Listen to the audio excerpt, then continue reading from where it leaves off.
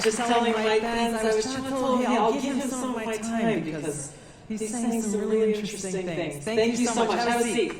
It's so great to be able to join all of you here today. This is an event I'm grateful to have been invited to year after year, and the scheduling just never worked out, and so I'm so glad to be able to come and to be able to greet you in person and just talk a little bit about the grave challenges that we face. Yes, the work that we're doing on a daily basis, it's very appropriate that I'm following Mike Benz in this.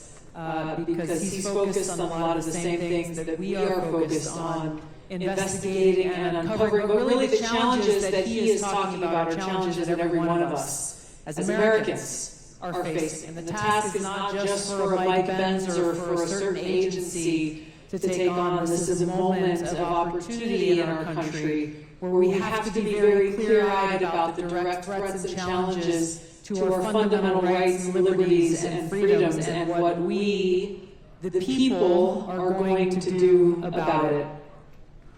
When we look at how it came to be for me and for others who I serve alongside to be here, and to be a part of this change, we go back to the 2024 election, and look at how President Trump was re-elected and sent back to the White House by a truly unique cross-partisan coalition of Americans who looked beyond labels and really were attracted to his message of putting the American people first. It was a resounding statement in his win of that election by a significant and historic margin, and it was a clear rejection of the status quo of the Washington elite, of political leaders who put their own self-interest ahead of the interests of the American people. It was a demand for a government of, by, and for the people. So here we are, about 7 to 8 months into this administration. President Trump has wasted no time in challenging this system, this broken system in Washington, and striking at its very root, delivering results for the American people to make our nation more safe, secure, prosperous, and free. I have the privilege of serving as America's 8th Director of National Intelligence, and President Trump has entrusted in me the mission and responsibility of overseeing the intelligence community, this sprawling network of agencies and entities that are charged with the task of providing timely and objective intelligence to the President and policymakers, free from politicization. Unfortunately, in my short 10 years here so far, we have already seen too many examples of politicization and weaponization of intelligence throughout our country's history. We look at where we are now. Over the last several weeks, we've declassified and released documents that expose how President Obama and leaders in the intelligence community knowingly manufactured a false intelligence document after the 2016 election was done, after the American people said, no, we want Donald Trump to go and be our commander-in-chief, not Hillary Clinton. And this manufactured document alleged that Russia aspired to help President Trump win the election with the aim of undermining his presidency and usurping the will and the voices of the American people who sent Trump to the White House. You look at some of the very same leaders who led this manufactured intelligence document, like James Clapper, also had a very direct hand in manufacturing intelligence on the weapons of mass destruction, the alleged weapons of mass destruction in Iraq to support George W. Bush's regime change war in Iraq. For me to be here as 8th Director of National Intelligence and uncover how James Clapper and others like John Brennan manufactured intelligence to try to undermine President Trump's administration and presidency and the voices of the American people, and then go back to the founding of the Office of Director of National Intelligence that came about as a result of the terrorist attack on 9/11 and the manufacturing of intelligence to support the regime change war in Iraq that George Bush led, is an interesting bookend where we find ourselves still dealing with these same issues of politicization and weaponization of intelligence. James Clapper at that time was the director of the agency that is now called the National Geospatial Intelligence Agency, or NGA. And he wrote in his book about how Vice President Dick Cheney was pushing for intelligence to support the invasion of Iraq, to support the narrative of Iraq's alleged WMDs, and to support the narrative of Iraq's alleged ties to al-Qaeda, neither of which actually existed. So in response to this, James Clapper ordered his agency to create images that Colin Powell then went on to use to support their alleged WMD narrative. And in James Clapper's words, we were, quote, so eager to help that we found what wasn't really there, end of quote. We've seen other examples, those that we know of. There are many others that I believe we don't yet know of. How leaders in the intelligence community and the FBI knowingly use false information to gain FISA warrants to illegally spy on American citizens. These are just a few of, unfortunately, what is a long list of known examples of politicization and weaponization that all point to the truth that many of us here in this room know, which is that the rot runs deep. And it's not just in the intelligence community. I've seen examples of this across almost every federal agency. And so it requires us all to confront the uncomfortable truth that we have these conspirators, these traitors to the Constitution, who are working within our government, who dangerously believe that they are not only above the law, but that they are above the Constitution and the Bill of Rights. People who believe that they have the right to undermine the duly elected President of the United States because they disagree with his positions or his policies, and that they know better. We go back to the first Trump administration and the prominent example of then former Lieutenant Colonel Vindman. And I remember being in Congress as a Democrat at the time, seeing his testimony and the testimony of others basically saying, well, we have to protect the country from Donald Trump, the person the American people elected to be the President of the United States. Whether we agree or disagree on policy is not the point. If you disagree on policy, go run for president and market your policies to the American people. It undermines our Constitution, our democratic republic, when we have people within our government who are not the President of the United States, who are not elected by the American people, taking it upon themselves to undermine, ultimately, the American people and the Constitution. These people have gotten away with these kinds of activities for so long because they're protected by an entire system that is built to shield their nefarious activities.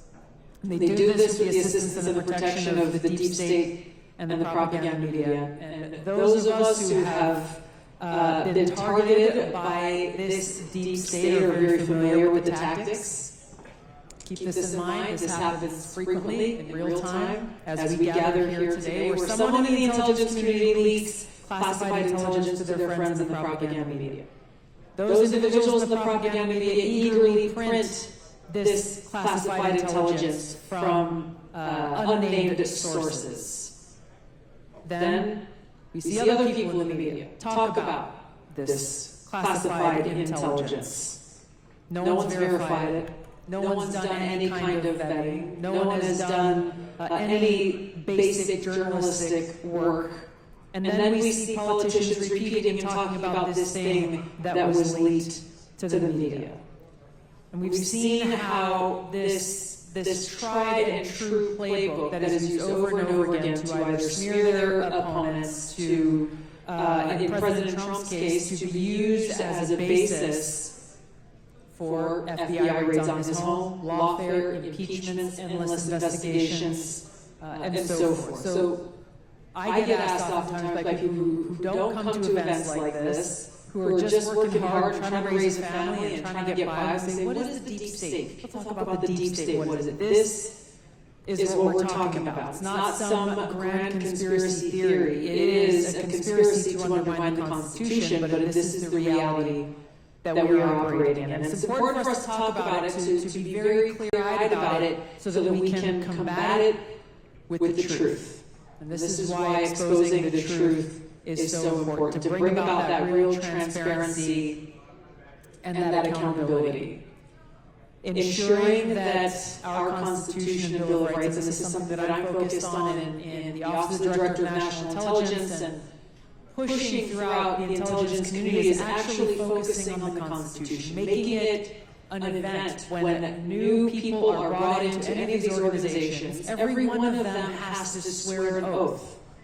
As many here did if you served in the military, if you served in different positions in government, to support and defend the Constitution, to talk about it, have a discussion. What does this actually mean, and how do we apply it in the work that is done every single day? Because it must be our North Star every day. It must be that guiding principle that serves as our foundation and the left and right limits and decisions that are being made within our work.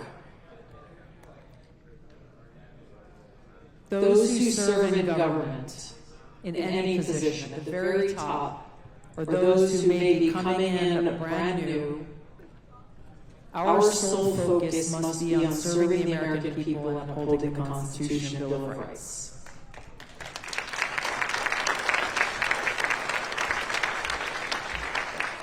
It's very, I feel, appropriate that I'm coming and speaking to you after Mike Benz and hearing at least some of the things he talked about at the end about the various attacks on our fundamental rights, freedoms, and liberties that are occurring not only here in the United States, but how these threats are coming from policies and agreements that are being talked about in multinational organizations and settings. Our founding documents were based on our inalienable rights and freedoms that are granted to us by God and no one else. And it's up to us to continue to speak that truth and stand up against those who seek to take them away, no matter where they are or who they are. We have a lot of work to do. We are working hard every day towards this end.